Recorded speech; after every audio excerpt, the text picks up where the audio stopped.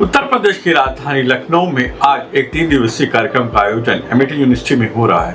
इसका मकसद है कि हमारे यहाँ जो जलवायु परिवर्तन हो रहा है और उस परिवर्तन से जो हमारी फसलों पर जो नुकसान हो रहा है या किस तरह से हमारी फसलों पर पेस्टिसाइड या जो फर्टिलाइजर है उनका क्या इम्पैक्ट आ रहा है, कैसे उसको कम किया जाए, कैसे सॉइल की हेल्थ को बढ़ाया जाए, इन्हीं सब मुद्दों को लेकर 3 दिवसीय कार्यक्रम किया जा रहा है। इसके आज मुख्य रूप से अतिथि उत्तर प्रदेश के उप मुख्यमंत्री रहे, जिन्होंने कहा कि इस कार्यक्रम के माध्यम से हम अपने वैज्ञानिकों से आह्वान करेंगे कि वो ऐसी फसलों पे भी कोशिश करें कि जब आपातकालीन कोई भी अगर फसल पे कोई आपदा आ जाती है तो कैसे वो अपनी फसल को बचाव कर सकते हैं। जैसे कि आज के तारीख में जिस तरह फसलों पर पानी और ओलावृष्टि हो रही है, उस पर अगर हमारे साइंटिस्ट, हमारे वैज्ञानिक इस तरह से कुछ डेवलप करें एक मैकेनिज्म जिससे हमारे किसानों को कम से कम नुकसान हो सके, क्योंकि हम मुआवजा तो दे सकते हैं लेकिन उसका परमानेंट सोल्यूशन नहीं है।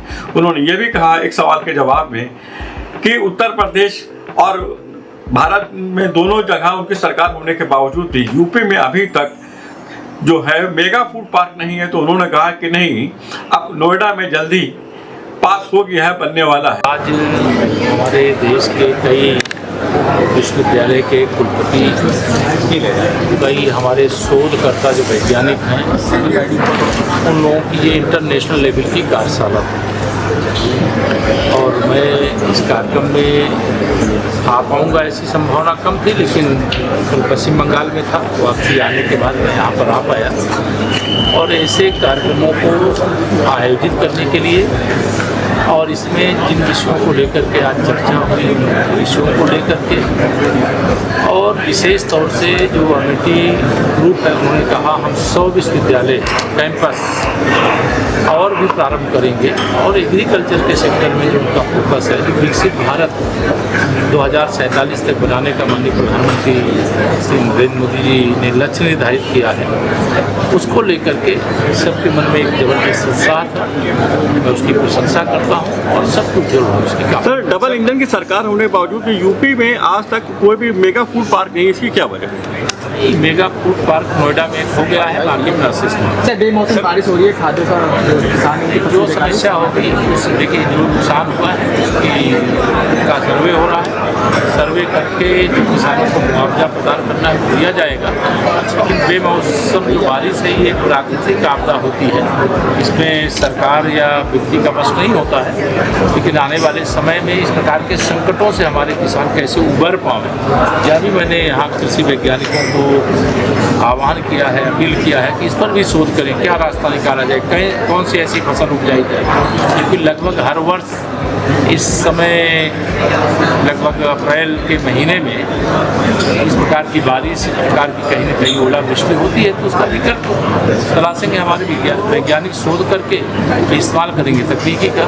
हमारे देश के किसान की फसल न तो प्राकृतिक आपदा से बर्बाद हो और न तो मार्केट में जब बिकने की कोई संभावना ना हो तो न तब बर्बाद हो, उसकी स्टोरेज की, उसकी सब व्यवस्था कराएंगे। जो शालिनी सिंह से मैं डायरेक्टर हूँ Amethi food and agriculture foundation की और इस कॉन्फ्रेंस की ऑर्गेनाइजिंग सेक्रेटरी हूँ। ये जो कॉन्फ्रेंस है ये Indian society of mycology and plant pathology के सौजन्य से अमेठी यूनिवर्सिटी के अंदर कराई गई है, जिसमें देश के विभिन्न कोने से वैज्ञानिक यहाँ आए हुए हैं। वैज्ञानिक ही नहीं बल्कि हमारे शोधकर्ता और जो हमारे स्टूडेंट हैं जो कि फसलों में लगने वाले रोग, फसलों का उत्पादन कैसे बढ़ाएं, इस पे जो कि रिसर्च कर रहे हैं, शोध कर रहे हैं, वो सारे स्टूडेंट भी हमारे यहाँ हैं।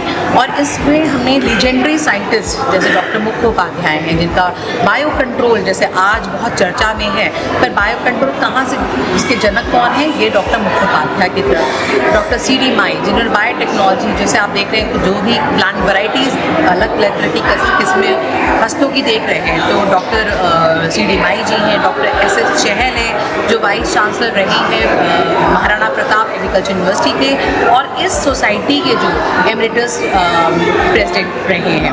तो एक हमारे ये समझ कहिए कि फसलों के एक तरह से विशेषज्ञ हैं हम लोग, जो कि उनके रोग की प्रतिरोधक क्षमता को कैसे बढ़ाया जाए एंड पेस्टिसाइड, मतलब हमारे जैसे आजकल रिसोर्सेज खत्म हो जा रहे हैं, हम पढ़ रहे हैं ना, पानी की कमी हो गई है, ज़मीन की कमी हो गई है, पैसे की कमी है, तो हम किस कमी को करते हुए भी प्रोडक्शन को कैसे बढ़ाएं, ये आज इसमें का विषय बना है।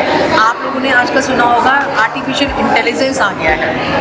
अब आर्टिफिशियल इंटेलिजेंस से, ड्रोन से हमें ये पता करना है कि कौन कौन से जीवाणु और कीटाणु कौन से कैसे वृद्धि हो रही है, किस तरह से चेंजेस आ रहे हैं। अभी आपने देखा बारिश हो रही है तो लोगों के गेहूँ खराब हो गए हैं। तो यही चर्चा यहाँ चलेगी कि हम किस तरह अपने किसान भाइयों की कैसे मदद कर सकते हैं ताकि उनके कम ज़मीन की वजह से, क्योंकि जैसे आबादी बढ़ रही है, फूड सिक्योरिटी की बात कर रहे हैं हम लोग। अब यहाँ पे ये भी चर्चा का विषय है कि कम सीमित में कैसे न्यूट्रिशन को बढ़ाएं। आप देखिए, आप न्यूट्रिशन भी लिप्त होता जा रहा है। तो इसी सब चीज़ों पे हम हमारे अलग अलग देश की 15 साइंटिस्ट हमारे देश से भी जुड़ेंगे जो कि इस लड़ाई की वजह से आज नहीं आ पाए हैं यहाँ पर, लेकिन वो ऑनलाइन जुड़ेंगे हमसे और इस पे आज हमारी विस्तृत परिचर्चा होगी।